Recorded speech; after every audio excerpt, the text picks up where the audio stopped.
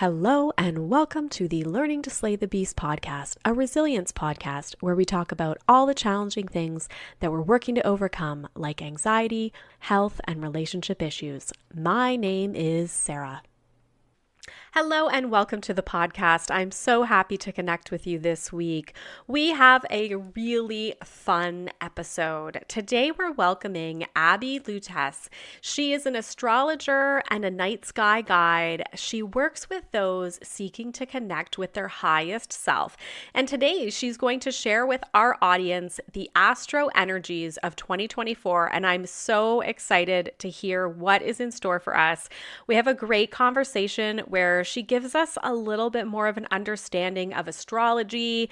She helps me to understand because I'm kind of a beginner in terms of knowing the different terms and what everything means. And I really loved this conversation. It's so much fun. And I hope you enjoy this look at 2024 with Abby Lewtas. Welcome, Abby, to the podcast. I'm happy to connect with you today. Hi, Sarah. How's it going? Pretty good, getting into the new year and excited to talk to you a little bit about things from the astrology perspective. But I thought, why don't we start with you giving us a little bit about your background? Thank you. Yeah, it's interesting. This year has started off a little bit slower, I suppose. But yeah, about me. I am an astrologer and I work with people to help them to connect to their higher self. But before doing this, I have done many things. Prior to this, I'm also a tour guide. So I run tours out in Central Australia and I get to sleep under the night sky and see the stars every single night. So I absolutely love connecting in with the real time, the real nature. A lot of astrologers just read astrology from the chart, but I actually like to learn about the astronomy of everything because really astrology and astronomy, I believe, are one and the same. Prior to this, I was working as a massage therapist and I worked with school kids, which I took on tours overseas.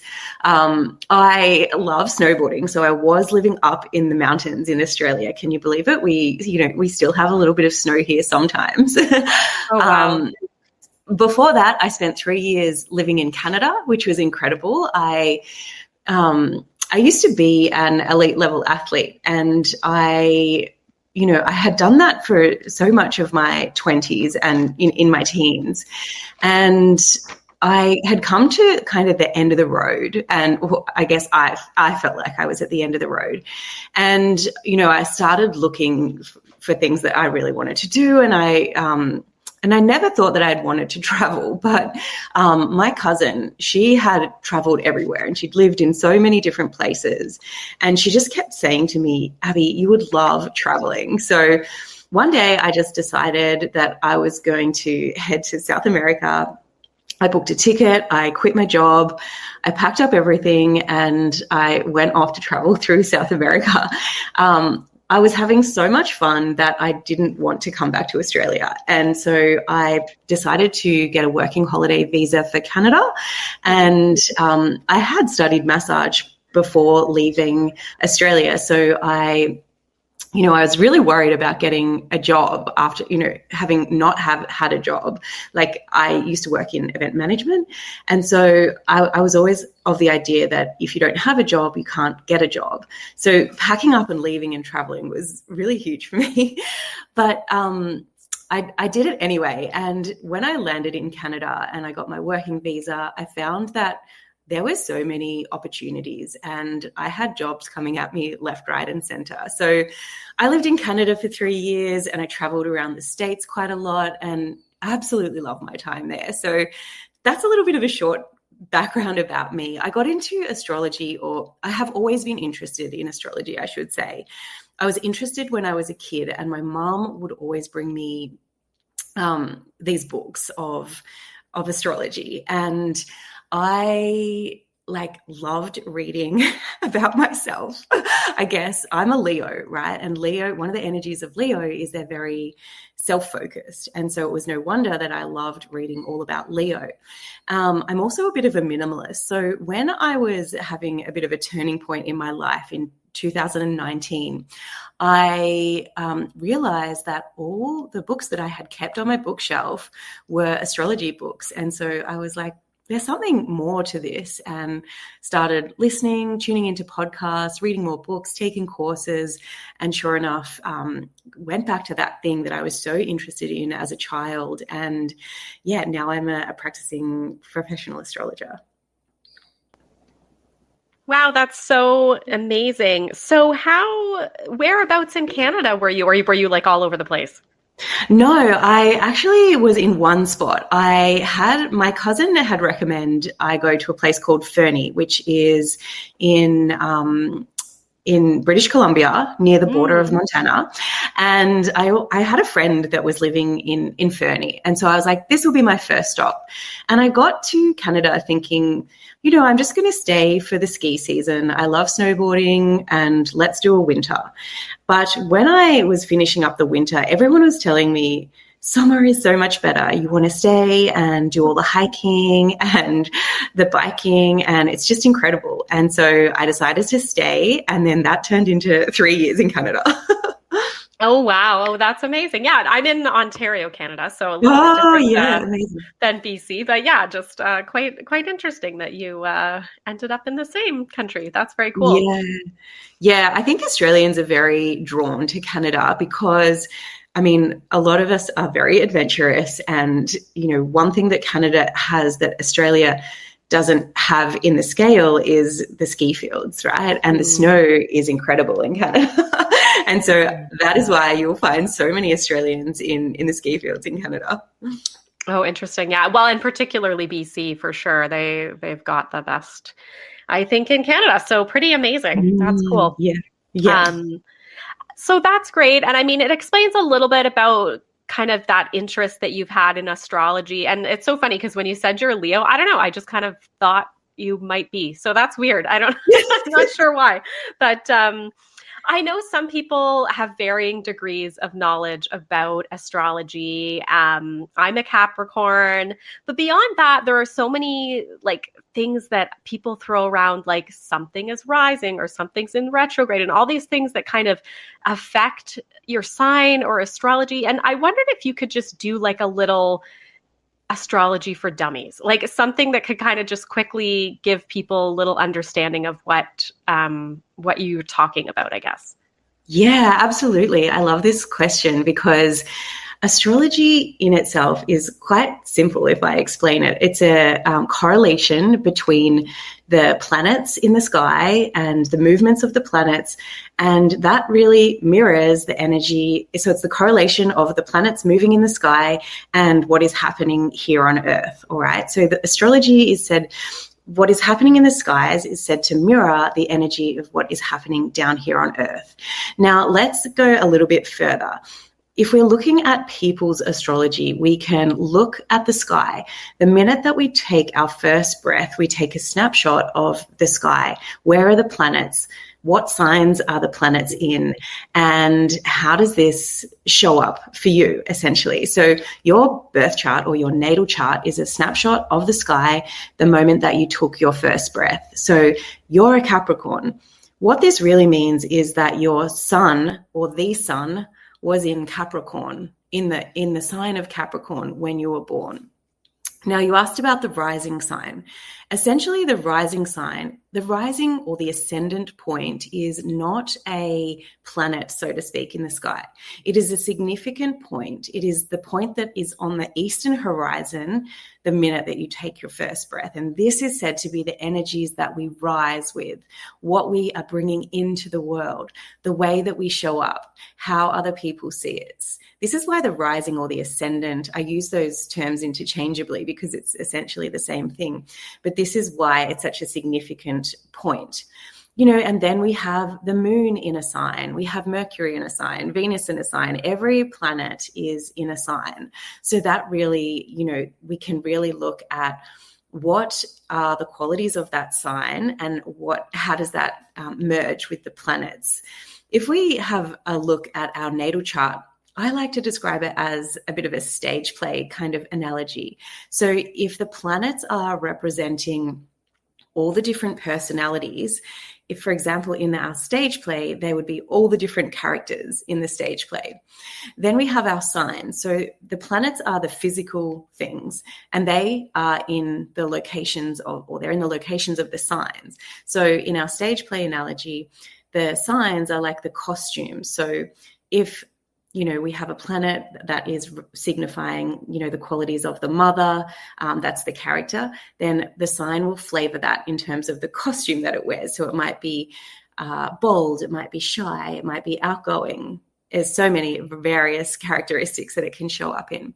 And then we have the houses. And in our stage play, these are like the different stages that we play out in. So is this playing out in myself, in my body? Is this playing out in my health, my relationships, my career?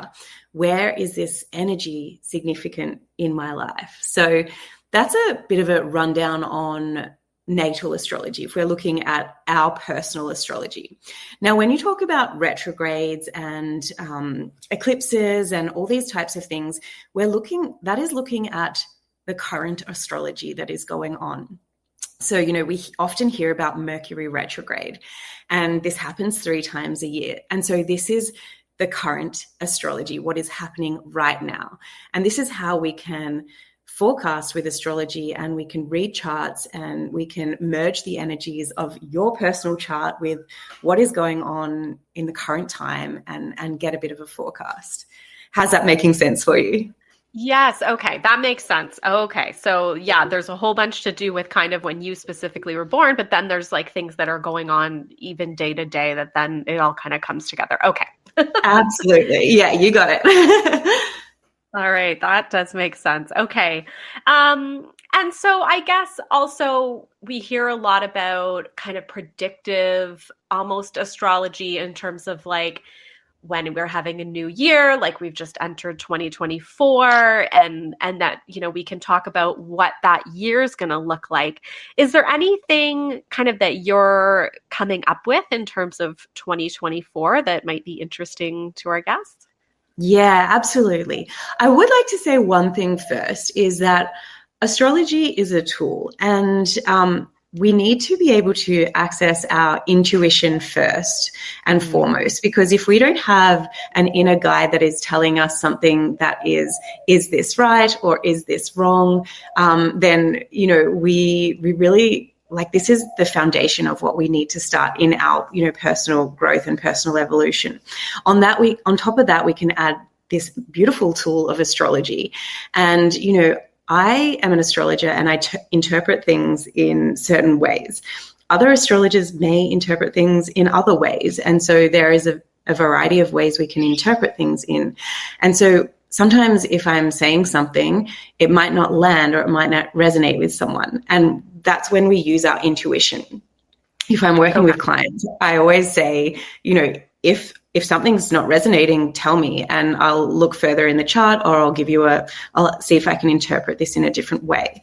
So I like to say that first, because, I'm not going to tell you the answers, or I'm not going to tell you how it's going to be. I'll just give you an interpretation. But back to 2024, there are lots of exciting things happening for sure. And the first thing I want to talk about that a lot of astrologers are talking about is that Pluto is moving signs. Pluto is moving into Aquarius. It has finished its time in Capricorn, and it's moving into a new sign. So Pluto is the furthest planet out from the sun, and it only changes signs every 15 to 20 or so years. So it's a pretty big deal. But the themes that are going to play out are generational. They're going to play out over the next 20 years. But we are on the precipice of this change. So Pluto has been in Capricorn since 2008. Pluto represents transformation. It represents death and rebirth, power, secrets. It can represent struggles as well.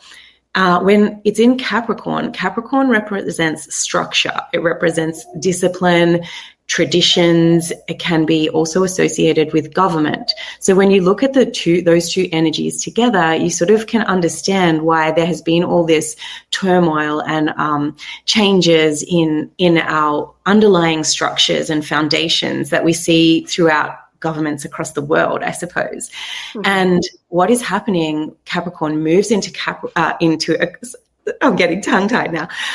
Pluto moves into Aquarius. Aquarius is very different to Capricorn. Aquarius is more about the collective. It's about the people. It's about future changes, innovation, technology, space travel, all these incredible, amazing themes. And so what is happening is Pluto is coming into this area of Aquarius to transform. And, a lot of people are saying this time might look like a bit of power to the people, right? So that is happening. That actually happens here in Australia. It's the 21st, so it'll be the 20th or the 21st of January. Pluto will move into Aquarius till around about September. Then we'll move back into Capricorn just for a few months because it is in a retrograde phase. And then at the end of November, it will be in Aquarius until 2024. So these are major sort of generational changes. So that's a pretty incredible thing that is happening in 2024. Oh, wow. Okay. So sorry, in November, it'll move and how long will then it stay in Aquarius? For a while? About 20 years, so 2024. Oh, wow. So over these next 20 years, we're going to see a lot of changes. When this last occurred, it was roughly 250 years ago, but it was a time when, we saw the French Revolution, Uranus was discovered. There was also the American Constitution, the very first one, that was all these things that were quite revolutionary. And so what could we expect? Well, I know for sure that we're going to see technology pick up. We're already seeing this with AI, and things are just going to start to happen really fast. But there are going to be revolutionary changes in our world. Oh, wow. That sounds really interesting. Yeah. So another thing that is happening in 2024 is that Jupiter is also moving signs. Jupiter moves signs about every year. And Jupiter is the planet of good fortune, abundance, prosperity, opportunities. And so currently Jupiter is in Taurus, and Taurus is all about being grounded, being stable. And so when Jupiter moves through a sign, it's about expanding these areas of our life. And so Jupiter moving into Gemini themes are very social. They're very intellectual. This is an air sign, so it's up in the head. It can be lots of thinking. Gemini is fast energy. And so Jupiter's going to expand all of that. Jupiter moves into Gemini at the end of May. And so we're going to see the pace of life pick up, I think. Lots of information. And this could be, we can look at astrology in a positive light, and we can look at the shadow themes as well. So it just depends on which energy we are calling in and actually working with. So, we could see a lot more socializing, a lot more opportunities, ideas coming in, the pace of life quickening up. In the more shadow side of things, we could see lots of people. Gemini is responsible for anxiety, and that comes from overthinking, right? So we need to be careful that we are putting in practices to make sure that we're tapping into our self-care so that we're not going to get caught up in this energy of overthinking that's going to, the pace of life picking up and fastness, and how do we ground in and keep ourselves stable and in a calm and relaxed space, if that makes sense. Mm-hmm, mm-hmm. Yeah, no, that does for sure. Okay. One thing I wondered as you're talking about both Jupiter and, sorry, what was the other one? Pluto moving. does it affect all the signs the same then? So say I'm a Capricorn and like the example of Pluto and it changing from Capricorn, like does that become negative if you are a Capricorn, or it doesn't affect the specific signs?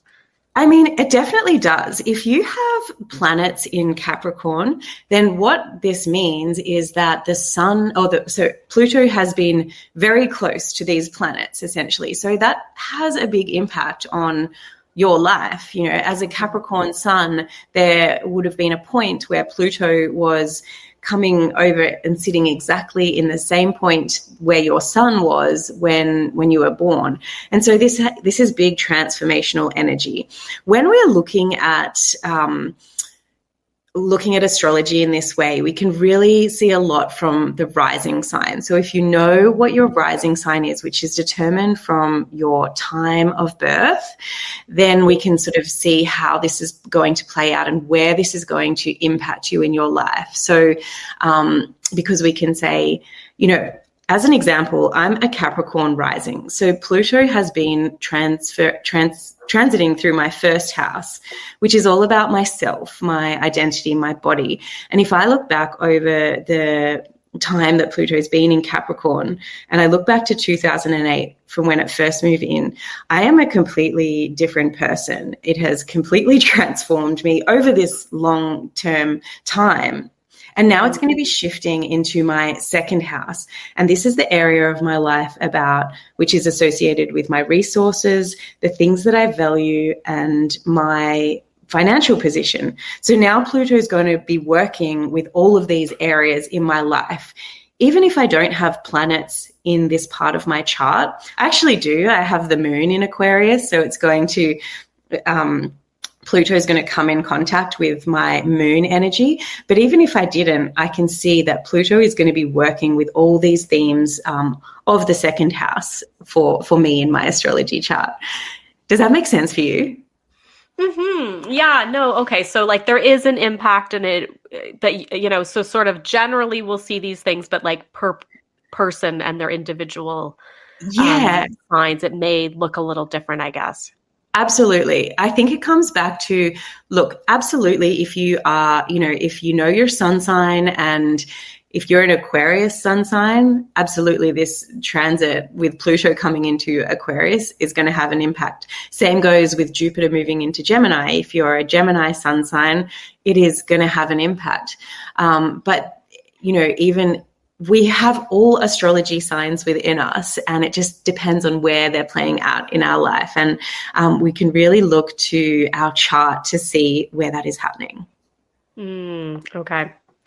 Okay. Really, really cool. Anything else that you kind of want to flag for 2024, like either, you know, related to events that you are thinking, or specific signs? Like, are there specific signs that you're really going to watch in 2024? Maybe Aquarius, if Pluto, you know, as Pluto's moving into there, maybe Gemini, I suppose, for Jupiter. But yeah, anything else? Yeah, I think you're getting the hang of it here. So for Aquarius, it's going to be a big time, and same goes for Gemini with the Sun, with Jupiter moving in there. There are a few other things that I want to talk about. I mean, every year we have Mercury retrograde. We have 3 of them. This year they're going to be happening in fire signs. Mercury retrograde is a time of just slowing down and going. You know, it's not a time for starting things. When planets are retrograde, it's said that the energies are reversed. So Mercury is the planet of communication, technology, and short-term travel. So, you know, when we have Mercury retrograde with that energy turning reversed, this is why we experience communication breakdowns or mix-ups with our travel plans, these types of energies. So what we want to be doing is really going, having a chance to relax, having a chance to rest, having a chance to rethink, like what is my communication style? What is my relationship to technology, and how can I improve that? What do I actually want for that in my life? Because Mercury retrogrades are happening in fire signs, there's going to be a bit more fire represents like passion and igniting and magnetism and intuition. So that's all going to drop in our Mercury retrograde timeframes. Fire is also burning and it's very hot, right? So we need to take care that we're not going to get frustrated, we're not going to burn out, these types of things. We also have eclipses that happen every year. So this year's eclipses will start off happening in March and April. This is the first pair. The second pair happens in September, October. Now, eclipses are major endings and major beginnings. So that energy is also very powerful. What I do want to mention that is unique to 2024, two more things, is I talked about Jupiter.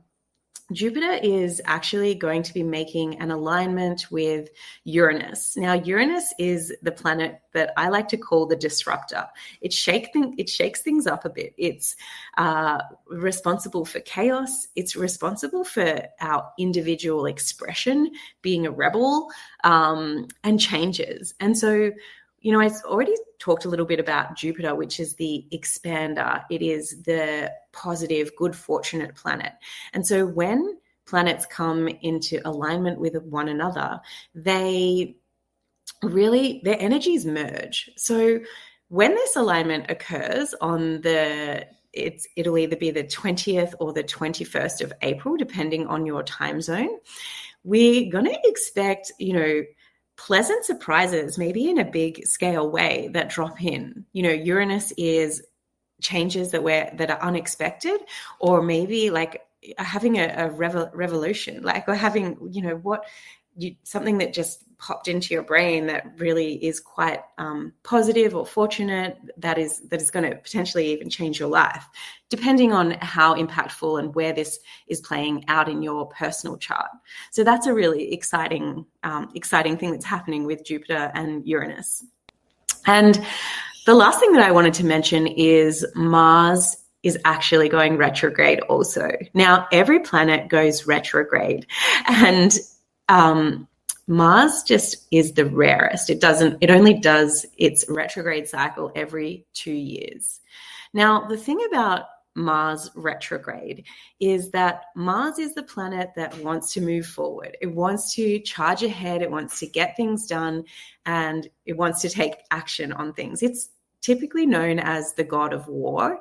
So it can also be responsible for anger, frustration, and, inflammation, I suppose.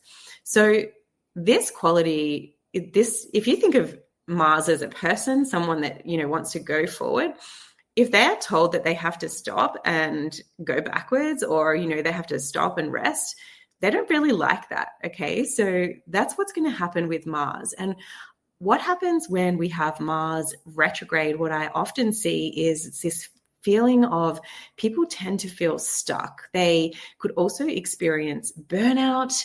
They might be experiencing something in their bodies that is, inflaming them. And so this is a time that we really, really need to be careful.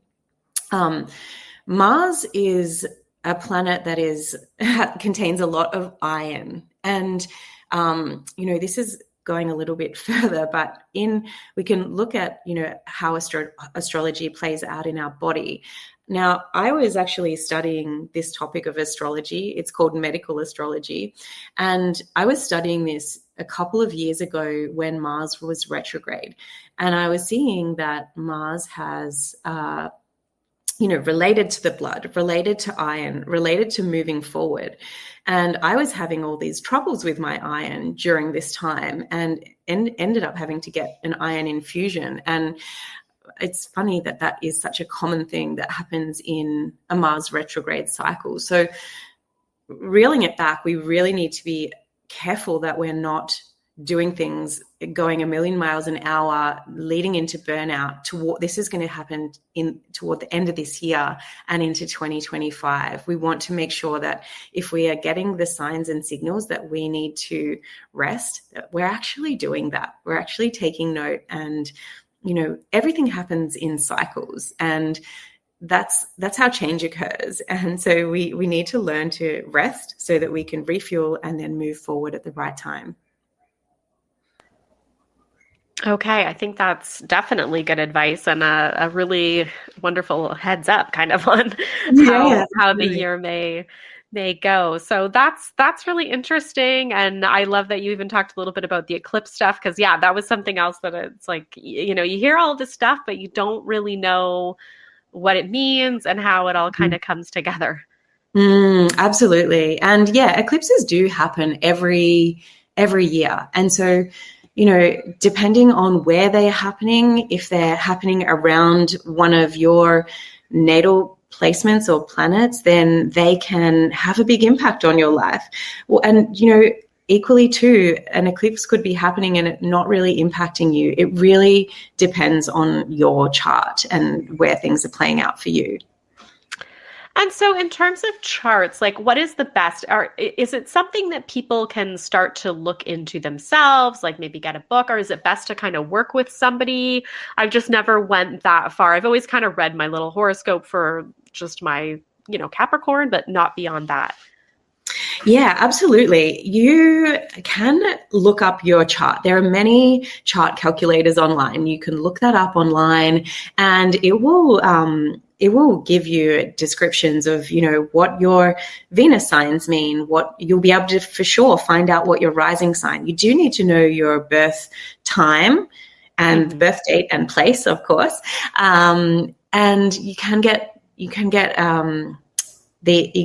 look at these chart calculators online, but really, if you think about it, it's like a plug and play, right? Everyone that sees, a Capricorn rising is going to get the same message. We really need to look deeper to see, how are those points playing out? If your sun has, for example, Venus sitting right next to each other, then that's going to play out differently to if Venus is sitting opposite your sun. So by all means, yes, you can teach yourself astrology, you can learn online, but it is quite complex. And so when you have an interpretation and have your chart read by an astrologer, then that's when you can really start to understand the language of your chart and how your personality is. And it's really just confirming, because it's a very conversational type of engagement when you read a chart.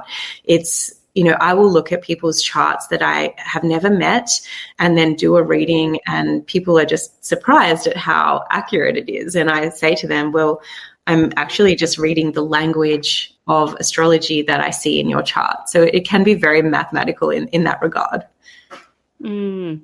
And so I've heard some people say that they sometimes check multiple horoscopes for different signs. Like, is that looking at your rising sign, or is that like if they were maybe born later in the month and they're like, or later in the cycle, and so they're like, I might straddle both?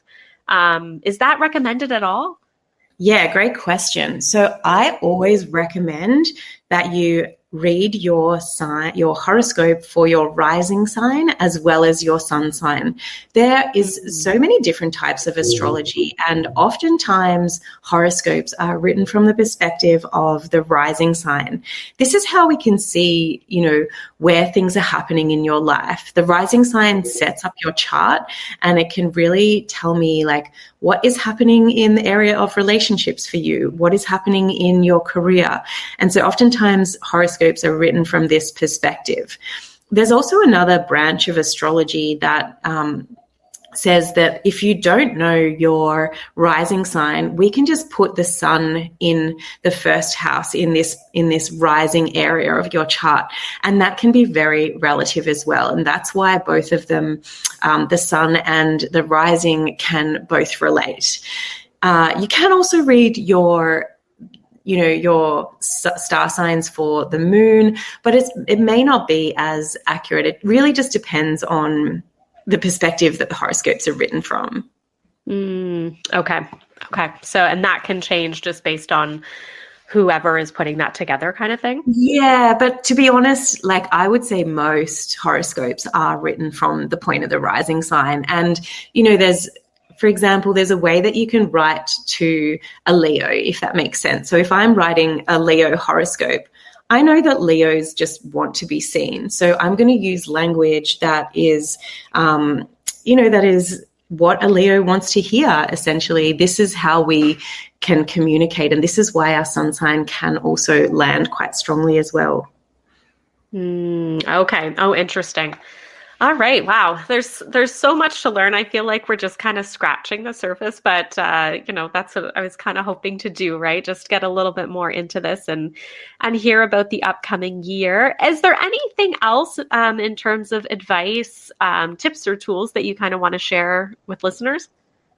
Yeah, I mean, astrology you're absolutely right. It's so complex and there are so many avenues that you can dive down, but the one thing that I really love about astrology, especially if you are, on a journey where you're, discovering yourself, or perhaps you realize there's something, more to life, astrology is really confirming to show you why you are the way you are.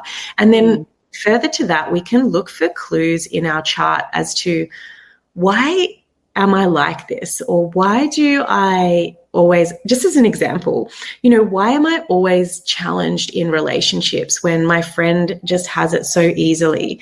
Or why am I so successful as in my health and fitness? It just comes so naturally, yet I look at my friends and they really struggle and they don't like exercise.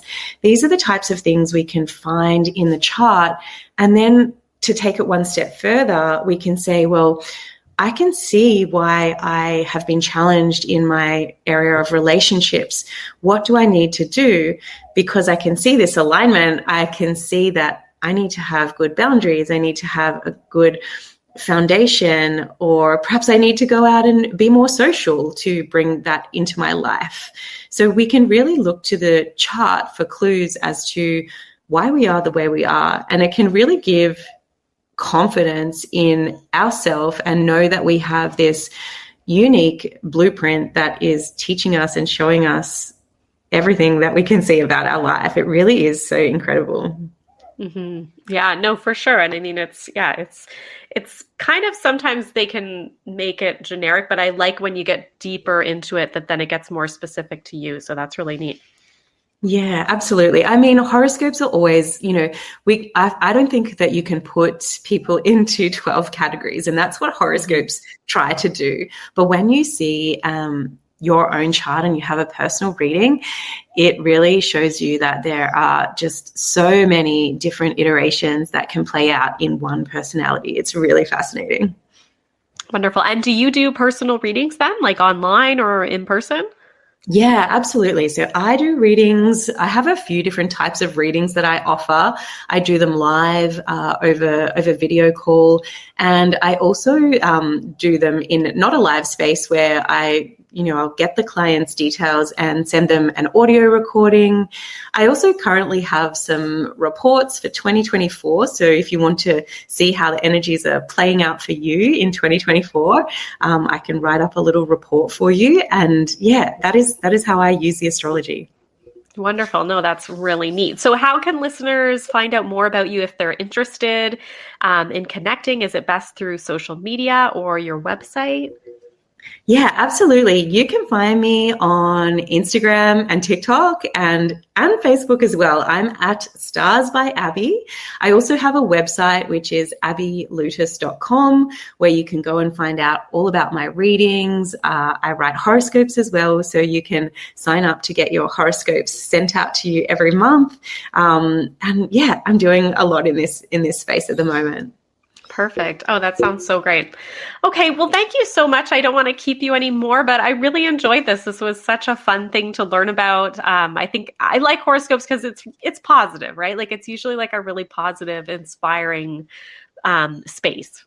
Absolutely. One more thing is I also have a podcast. It's called Secrets of the Stars.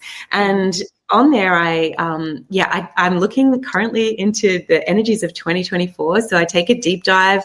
I'll expand on all the things that I've talked about today. And yeah, every month I show up and I talk about the energies of the month, as well as sharing, a little bit more about astrology and the different types and all the different techniques and how we can understand ourselves better through this lens.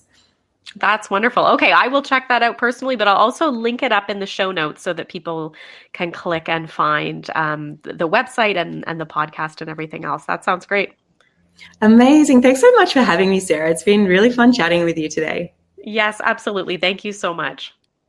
Thank you so much to Abby Lewtas for the conversation that we had all about 2024. I learned so much. I really think astrology is so neat. I even looked into my rising sign after, and so I've just been learning a little bit more, and it's been really exciting. I actually did it for my whole family, just with an online tool, and we were looking at how close some of the reading and specifics were to our personalities. So it's just so fun. If you do want to connect with Abby, you can connect with her through Instagram at Stars by Abby, or her website, abbylewtas.com. It's ABBYLEWTAS.com, and definitely connect with her because she's so wonderful to talk to and so knowledgeable. I hope that everybody is doing well in this new year and that this gives you a little bit of insights and hope for what this year might bring. If you do have suggestions of what you'd love to hear on the podcast, feel free to reach out to me at Sarah Lady Gluten on Instagram or at reallifeprojectco at gmail.com. I'd love to hear from you. I've gotten some great show ideas from listeners recently, and I'm really excited to follow up on those. So always appreciate those coming in, and I hope that everyone is doing well, and we will connect soon. Thank you for listening to the Learning to Slay the Beast podcast. Please keep in mind, this podcast is not intended to be medical or professional advice. If you'd like to hear more from me, you can follow me on social media, Instagram and TikTok at Sarah Lady Gluten, or Facebook, Sarah_gluten-free lady. You can also visit my website, which includes author information, speaking information, and more info on the podcast at www.se-german.com. If you like the podcast, please feel free to review the podcast on your favorite platform and also subscribe, because it means that it will show up for you every week on your favorite podcast platform. Also, we've just started to have the ability to support the podcast. You can find this link in my Instagram bio or visit Ko-fi, ko-fi.com/learning to slay the beasts. Thanks again for listening and have a great week.